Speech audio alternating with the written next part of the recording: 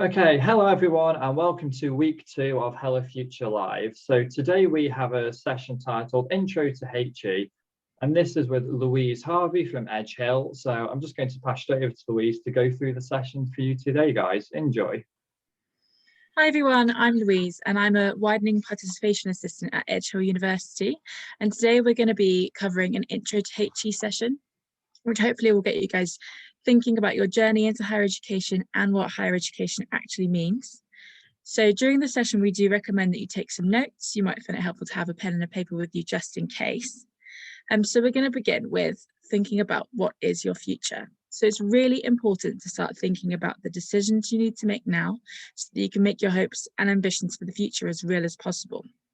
So currently you guys are in school at the beginning of your journey, but soon you'll have to make decisions about whether to go to sixth form or to college, to complete BTECs, A-levels or apprenticeships, or dive straight into the world of work. It may seem like quite a long way away for you guys now, but many of the decisions that you make currently will help influence those future decisions. So what is university? University is traditionally the next step after sixth form or college, where you go to gain a degree. So you can either study a course or a subject that you love, or one that you know will help you get into your chosen career path. And a degree of any sort is really, really great at increasing your job prospects and making you a more desirable candidate.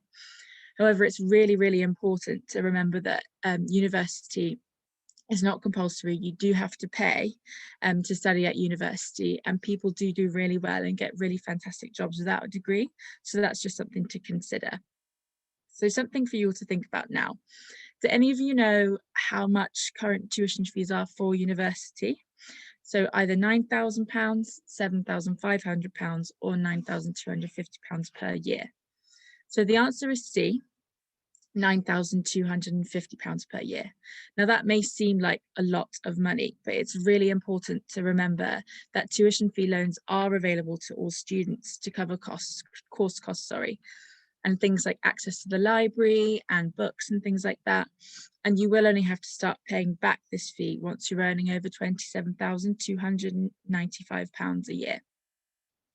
So like I just mentioned, you will get a tuition fee loan, which is £9,250 per each year of study. And this is paid directly from student finance to your university. And then you will also receive a maintenance loan, which is paid directly to you. So you will need a UK bank account to receive this, and then you can use this money to cover all of your living costs, travel costs, accommodation, things like that. And again, this fee is repayable. So if you do study at university, it's really, really important that you study the subject that you love, because you'll be dedicating a lot of your time to it over a period of 3 or 4 years. Most people choose to study just one subject. For example, I studied just English at university. However, there are opportunities to combine related subjects, and this is very popular with things like languages. Just to give you guys a bit of an idea about the diversity of subjects you can choose from at university, I'm going to show you some courses that you might be able to study at university or you might not. And I want you guys to think about whether you think they're real or not real. So the first one we've got here is continuing drama production. This is actually a course you can study, BA Hon's continuing drama production at UCLan, which is in Preston. Clowning. This isn't a course you can study, but it is a module, and it's part of the BA Performing Arts degree at Edge Hill. Avionics. Again, this is a module which is on the B Engineering Aircraft Engineering with Pilot Studies at the University of Salford. So not a degree in itself, but a module you can study. Specialist Hair and Media Makeup. So this is a degree you can study at University College in Birmingham. Yacht operations. Again, this is a degree you can study at South Devon College. Equine health and nutrition.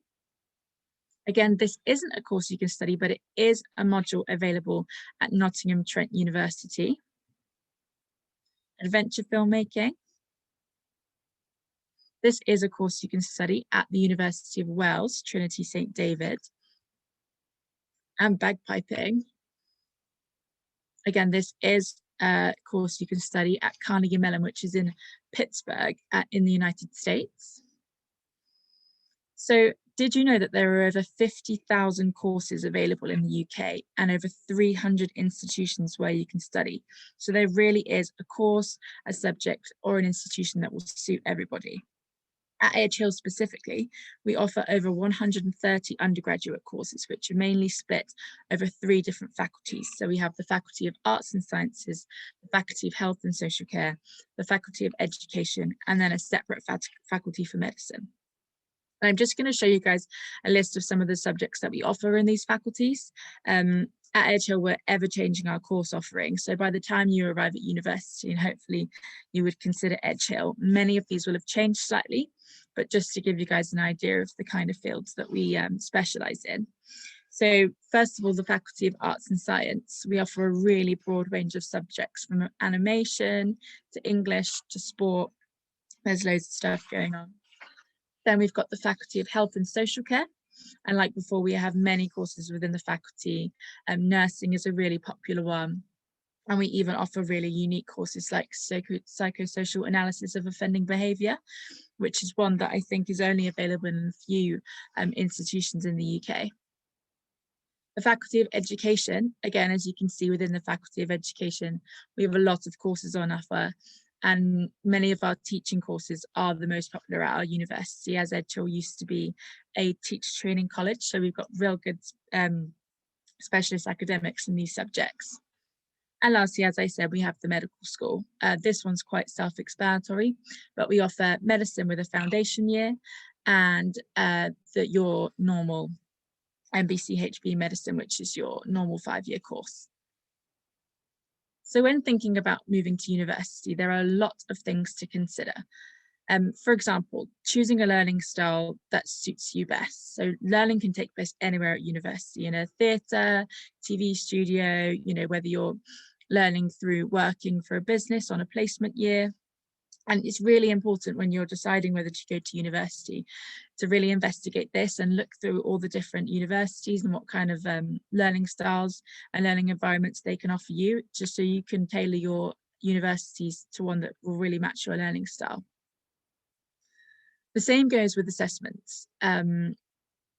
They can be assessed by projects, activities, performances, presentations. So again, it's really, really important that you do that research before you start applying or thinking about university, so you can go to an institution that will really match the way that you like to be assessed.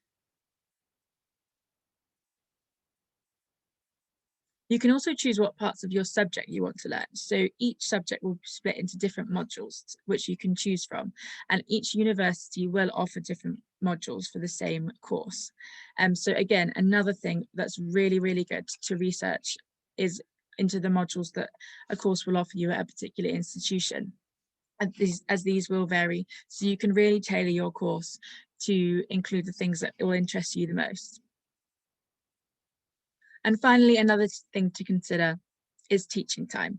If you're someone that requires a lot of contact with an academic in order to succeed, then choosing a university course that offers this is really important. Some universities will offer as low as 8 hours a week contact time. When I went to university, I studied English and I only had about 7 to 8 hours a week of lectures, and the rest was independent study, which worked really well for me. But again, that's not going to be the same for everyone. And so this is something that's really important to look into. So time for another quick little quiz now. I've got some university myths here that I want you to tell me whether they're true or false, and hopefully this will kind of help you bust some university myths. So if you want to pause the video while I'm going through these and have a think about them, please do. So the first one, all lessons take place in classrooms. This is actually false. So lessons can be in lecture theatres, film studios, on a stage, outside, can happen anywhere. You have to take exams at the end of every year of study. This is also false. So some subjects have no exams at all and are assessed by practical work and projects. You can decide which bits of your subject that you want to study. This is true. So as we've discussed before, each subject will be split into modules, and you can choose which modules you want to study so that you can then pick which areas you're most interested in. You have to be in university at 9 AM and finish at 5 PM. This is false. So depending on the course, some students are only in classes for 12 hours a week. So as well as lots of different courses, there are also various types of university you can choose to go to. For example, we have campus unis. This is where everything is all on one campus. So you've got your accommodation, your lecture theatres, your seminars rooms, your cafes, restaurants, all things like that, all in one place. They're really great, as you know, you don't have to commute into university. Everything's all there ready for you, which is a really nice thing to happen when you move away from home for the first time. Then we have city unis, which is where everything is spread around a city, and you may have to use public transport to get between your accommodation and your lectures.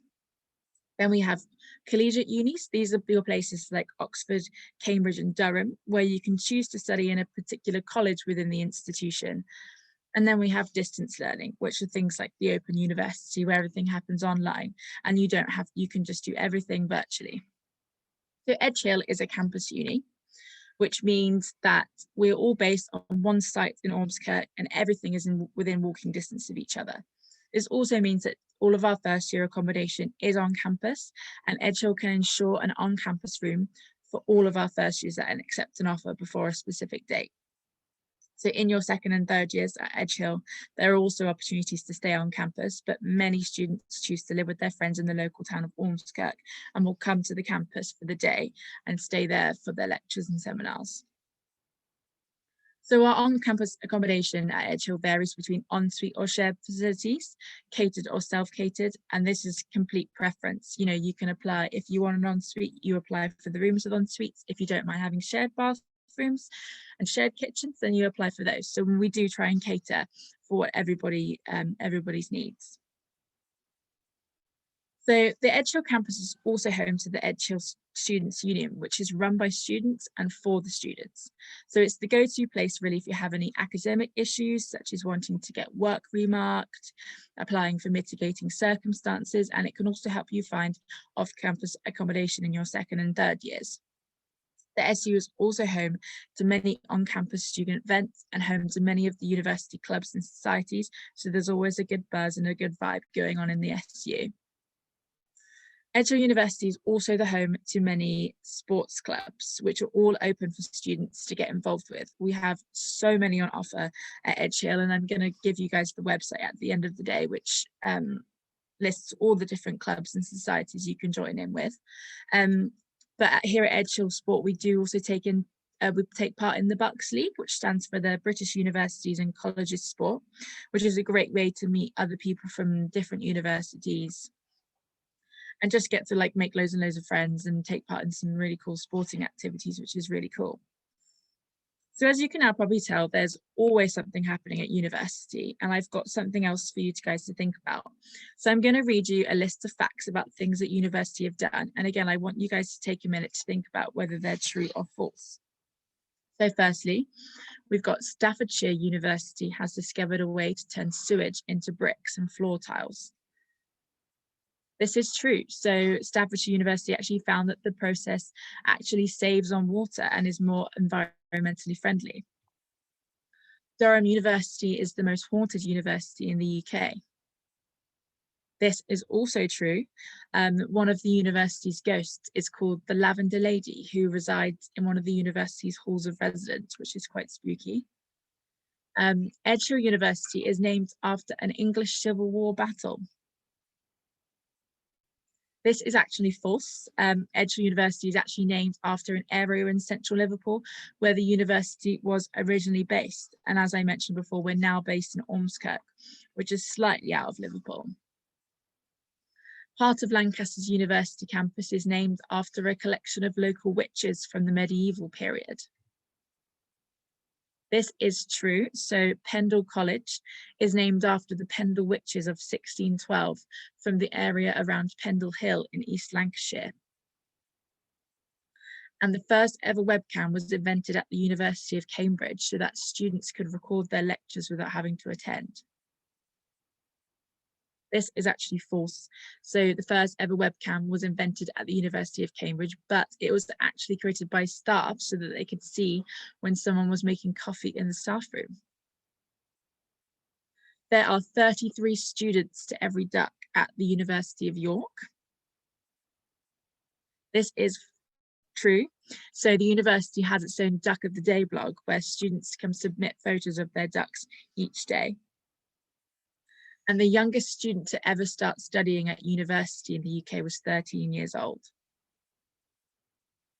This is actually false. Esther Uckaday from Walsall started studying maths at the Open University when she was 10 years old, so she was even younger. So now you know a bit about what goes on at university through some fun true or falses. It's really important that you have an understanding of how to get into university. So each university will ask for different qualifications and grades. This will also differ depending on what course you decide to pick. So some, like medicine, will ask for higher grades because of the technicalities of the course. So some universities will also ask for specific subjects or GCSEs for some courses, and some specialist courses may also ask for work experience or a demonstrable interest in the subject or other qualifications. So again, really, really important that you do some research. Each university will have prospectuses available, which will outline all of the different grades, subject requirements, work experience requirements that you do need. So what can you guys do now? So you're currently in secondary school, so you're beginning to think about and make those choices about your GCSEs, thinking about what subjects you may like to study further. And in the next year or two, you'll have to begin thinking about post-16 options, where you may want to study after high school. So it's really important to remember that the skills and qualities that you learn through school and through studying specific subjects in your GCSEs are really important to carry with you and keep developing through the rest of your education and career. So I've got a list here of some of the skills and qualities that universities look for that you may have developed in school. So some of these things like time management, communication, independence, punctuality, these are all so important when thinking about applying for higher education, but they are also things that you will have developed through high school. And so it's really great to keep thinking about other ways that you can develop these skills. So that leads us to the end of the session. I hope you guys all found it useful. And if you need any more information, I've left some links on the screen for you to our shared mailbox, education liaison at edgehill.ac.uk. If you have any questions specifically about Edgehill, if you drop an email there, somebody will be happy to help you and get back to you. And we also have an Edgehill University Outreach Twitter page, which keeps you guys up to date on things we're doing, any events we're running that you might find helpful. And then also I've got our Edgehill University website there, which has all of our course offering, and will also give you guys any information about societies or accommodation and things like that. So do make a note of those, as they should be able to help answer any other burning questions you have about your journey into higher education. So thank you so much for watching, guys, and I'll hand back over to Alex.